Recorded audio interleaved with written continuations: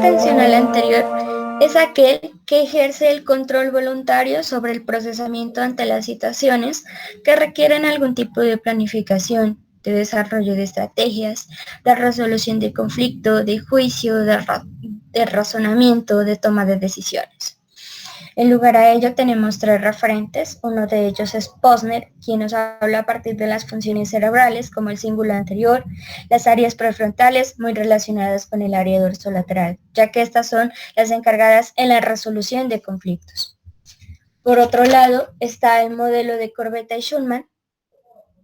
Ellos incluyeron el corteza frontal inferior, lo cual este es el encargado de detectar la novedad y la estimulación hacia una respuesta. En general, se tienen en cuenta dos tipos de atención.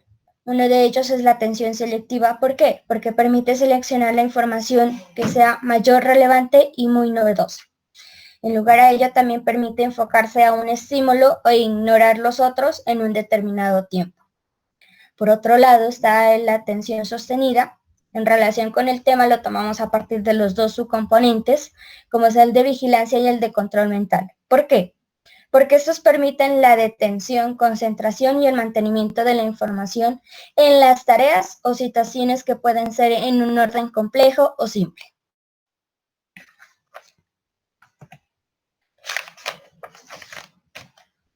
Sin embargo, también encontramos los sinónimos del sistema atencional anterior.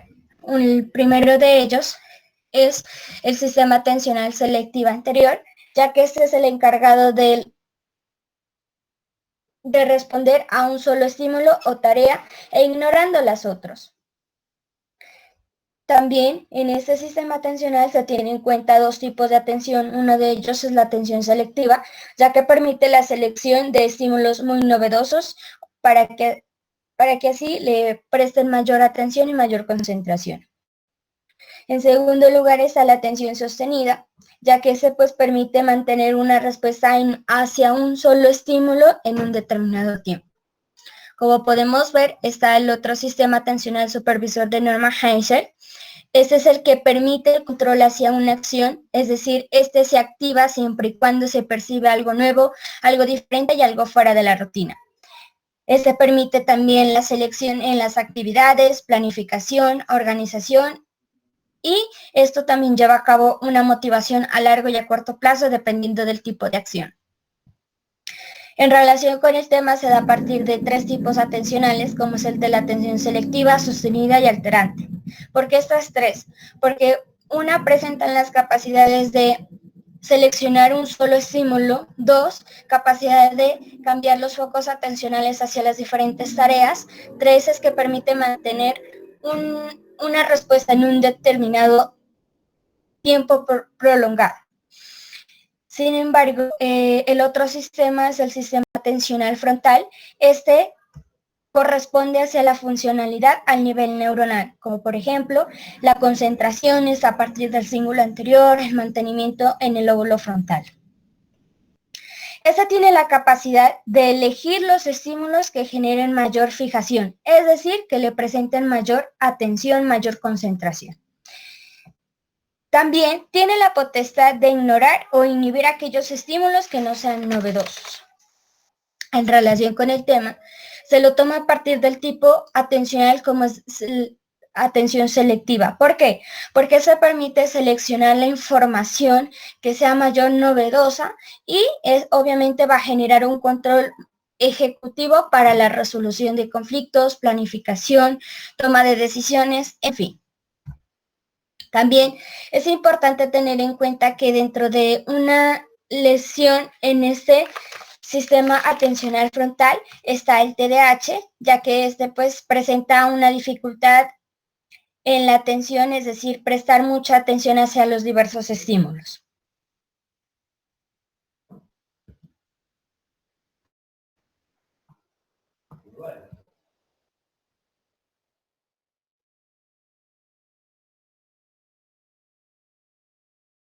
Bueno, continuamos hablando de la atención ejecutiva, la cual en relación con los procesos atencionales Han sido propuestos varios modelos que intentan explicar la relación y que han sido relacionados con el funcionamiento ejecutivo como atención y memoria de trabajo. Teniendo en cuenta que el sistema atencional anterior nos brinda la habilidad para mantener el procesamiento de la información con la existencia de distractores, también se da esto gracias al mecanismo de control que representa la noradrenalina. La semejanza entre atención ejecutiva, al ser más compleja, trabaja con la aparición de distractores presentes en el contexto, lo que nos brinda la capacidad al momento de la toma de decisiones y de la ejecución de una acción.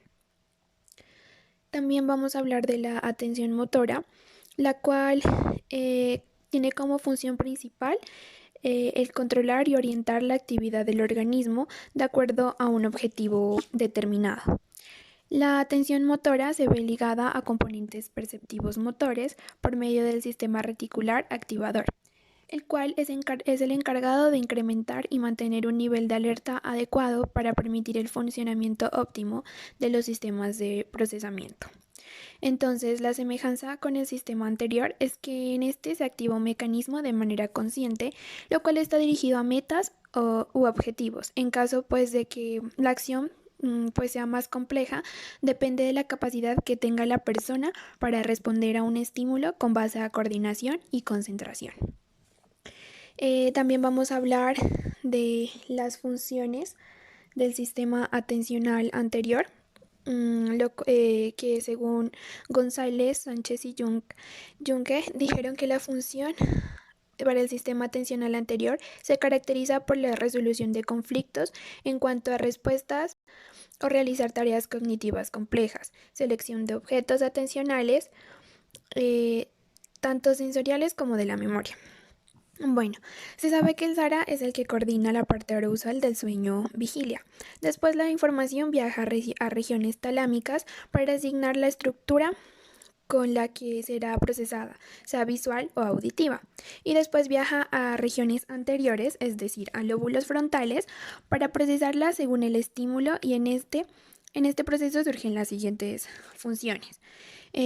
Como primera instancia, es importante recalcar que el sistema atencional anterior tiene como función el procesamiento de información interna. Una segunda función puede ser la detección de objetos y el reconocimiento de su identidad. Y otra de las funciones también es hacer consciente el objeto atendido que sea transmitido por la red atencional. Posner propone la red atencional anterior, puesto que las estructuras neuronales que están implicadas están en la parte anterior del cerebro, ¿no es cierto? De la misma estructura, como por ejemplo el cíngulo que está clasificado por anterior y posterior. En este caso, pues va a efectuar el anterior, también está el lóbulo prefrontal, la área motora suplementaria que está antes de la primaria motora, el núcleo caudado, ¿no? Esta está relacionada con ejercer procesos voluntarios ante situaciones que requieran planeaciones, estrategias de resolución de conflictos y nuevos tipos de respuesta. González la denominó como la atención para la acción, ¿sí? Entonces, por eso la parte dorsolateral del lóbulo frontal está encargada de procesos como la planeación, como la secuenciación, la seriación, la flexibilidad cognitiva, la memoria de trabajo y la metacognición, ¿sí? Entonces, planeación importante para saber cuál va a ser la consecuencia del estímulo que yo voy a tomar. Por ejemplo, en la área orbital, lo importante para esta atención es cómo estima aquellos riesgos y ventajas teniendo en cuenta el marcador somático de Damasio, ¿no? Para escoger un determinado estímulo. Y en el caso de la ventromedial, esa estructura ventromedial se encarga de la inhibición. Por ejemplo, en la prueba de Stroop encontramos que hay un estímulo que es distractor, como en el caso del significado de la palabra, y un estímulo que es el que se está requiriendo, que es el color de las letras. Entonces, este va a inhibir ese significado para poder evocar el color que necesita. Ujú. Por ahora sí se encuentra también el cíngulo que está encargado de monitorizar y ver aquellos errores, ¿no? ¿A través de qué? De ver la reducción de la recompensa y el aumento del esfuerzo en la tarea, ¿no es cierto? ¿Y cómo se hace eso? A través de la red dopaminérgica, ¿no es cierto? Que se ha dado cuenta que vendría siendo esa parte de la recompensa. Si esta reduce, vamos a ver que ese estímulo no es el adecuado y que va a aumentar el tipo de esfuerzo que permite la planeación con el lóbulo frontal para saber cuál va a ser esa consecuencia. En el caso del núcleo caudado, está relacionado con el movimiento, ¿no? Y como aquí es la acción, es para un tipo de comportamiento y también porque está relacionado con el tipo de motivación, ¿no? Además de que este cíngulo conecta el óvulo frontal con el sistema límbico, ¿no es cierto? Y entonces hace que ciertos estímulos tengan un significado emocional que puede ser para consecución de metas o para un tipo de rechazo. En cambio, en las áreas motoras suplementarias, están divididas por la presuplementaria, que vendrá siendo la que reacciona ante un estímulo externo, o bueno, inicia ese movimiento, y la área suplementaria propia, que vendría siendo aquella que inicia ese movimiento de forma voluntaria sin presencia de un estímulo externo para hacer. Mesulman la ha relacionado con procesos cognitivos como la flexibilidad cognitiva y cambiar la tarea, que está muy relacionado con esta red atencional.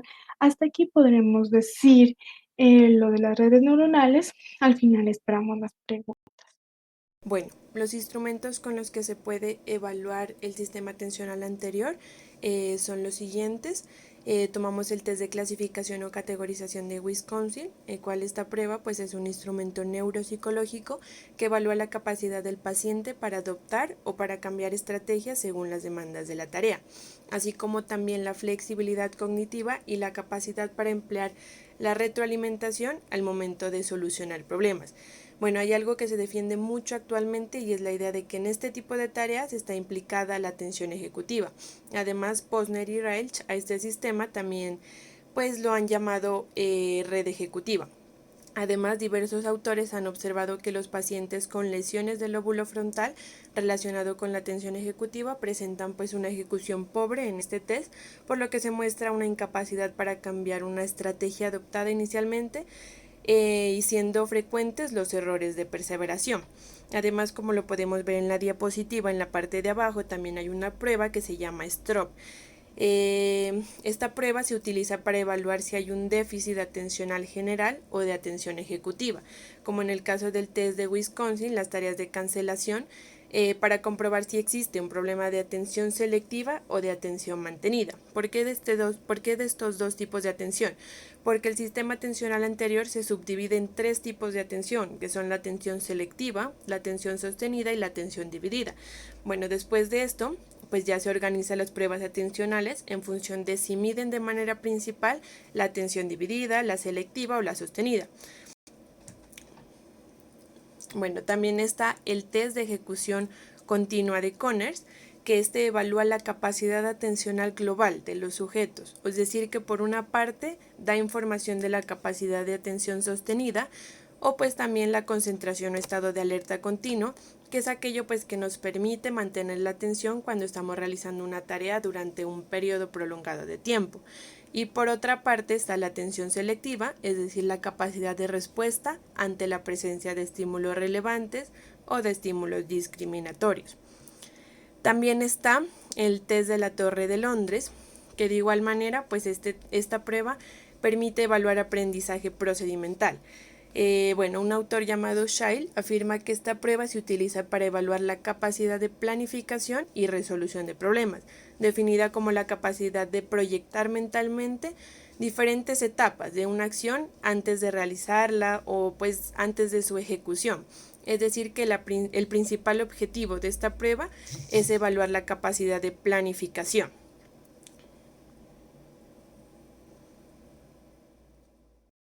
Además, existen ciertos ejercicios que sirven para mantener o para mejorar el sistema atencional anterior. Bueno, como lo dije anteriormente, pues el sistema atencional anterior se subdivide en 3 tipos de atención, los cuales son la atención selectiva, la sostenida y la atención dividida. Por ello, pues los ejercicios que van a ver a continuación sirven para entrenar en estas subdivisiones y por lo tanto pues mejorar la atención.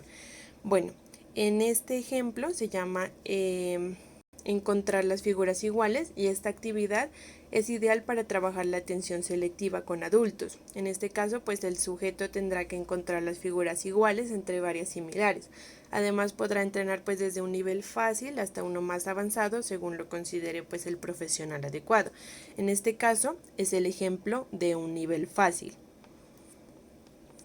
También está este ejemplo, el de los libros, que se llama Ordena la estantería, que es un ejercicio para mejorar la atención, que aunque pues se lo ve bastante sencillo, requiere de mucha concentración, ya que el sujeto pues tiene que poner los objetos en la estantería igual que en el modelo, pero debe fijarse muy bien porque el modelo pues está en un espejo. Entonces, además, pues se trabaja la atención sostenida y selectiva, la heminegligencia, que es una alteración pues en la que el paciente tiene dificultades o incapacidad para atender o para orientarse, también la relación espacial y la velocidad de procesamiento.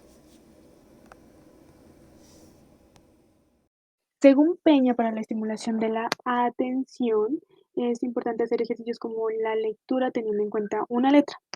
Este ejercicio realiza 2 actividades simultáneas, como la comprensión del texto y la contabilidad de la letra seleccionada, que puede ser como la letra N. Entonces, esto estimula a la atención dividida, también atención selectiva, porque se selecciona el estímulo que se corresponde y se inhiben las demás letras que no se deben tener en cuenta para no tener errores como las de comisión. En este caso, la persona omitió 2 Ns y la tarea la realizó en un tiempo de 38 segundos. La complejidad debe ir aumentando en el caso de que debe ser un texto con información un poco más complicada o un poco más larga, y el tiempo debe ir mejorando o manteniéndose.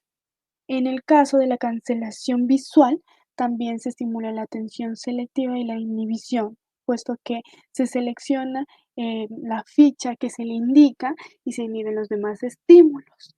Em, En estos 2 ejercicios, a medida que aumenten su complejidad, también va a ir desarrollando la atención sostenida, ¿sí? Entre los 2 ejercicios en la que mejor se desarrolla esta, va a ser en el de la lectura. Hay una aplicación que permite estimular estos procesos cognitivos, como son NeuroNation, que presenta ejercicios como los que vamos a ver a continuación.